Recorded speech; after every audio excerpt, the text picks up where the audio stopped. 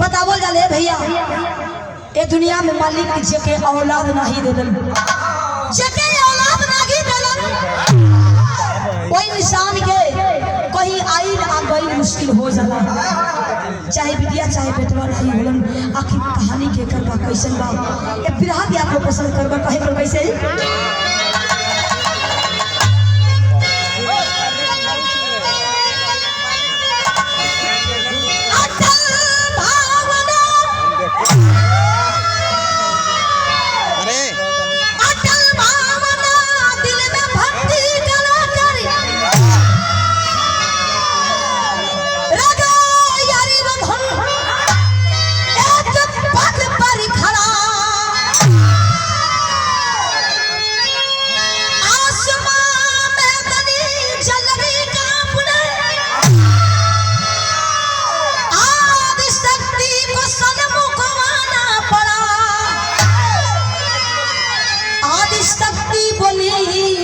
कोई मांग लो तेरी भक्ति से भर गया धरा।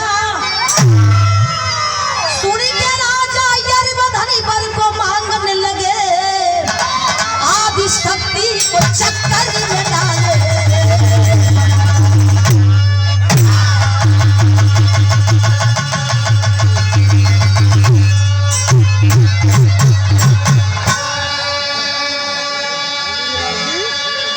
कहानी के करबा राजा और वधन के भूति आ गई बा, लेकिन मालिक एक औलाद नहीं खम मिले। इतना राजपाट बा लेकिन एगो बिटिया चाहे बेटवा नहीं खन, ये बात से बड़ा कष्ट बा। एक दिन राजा और वधन वही बुढ़ौती में एक जंगल में जाके एक पैर पे खड़ा होके मतारी आदि शक्ति के याद कैलन हो। मतारी आदि शक्ति प्रकट भइली कली है राजा यरवधन, हम तोरे भक्ति से बहुत खुश बानी, तू हमसे कुछ मांग ला। राजा यरवधन की आंख से झरझर आंसू आवे लागल। कौन की माई तोरे आशीर्वाद से मेरे पास कोनो चीज की कमी नहीं है। अगर देवा ही देवा तो एक चीज मांगे टाइम तू हमें दे दो। राजा और वधन का मांगे जाते वो गजल में कहीं पर कैसे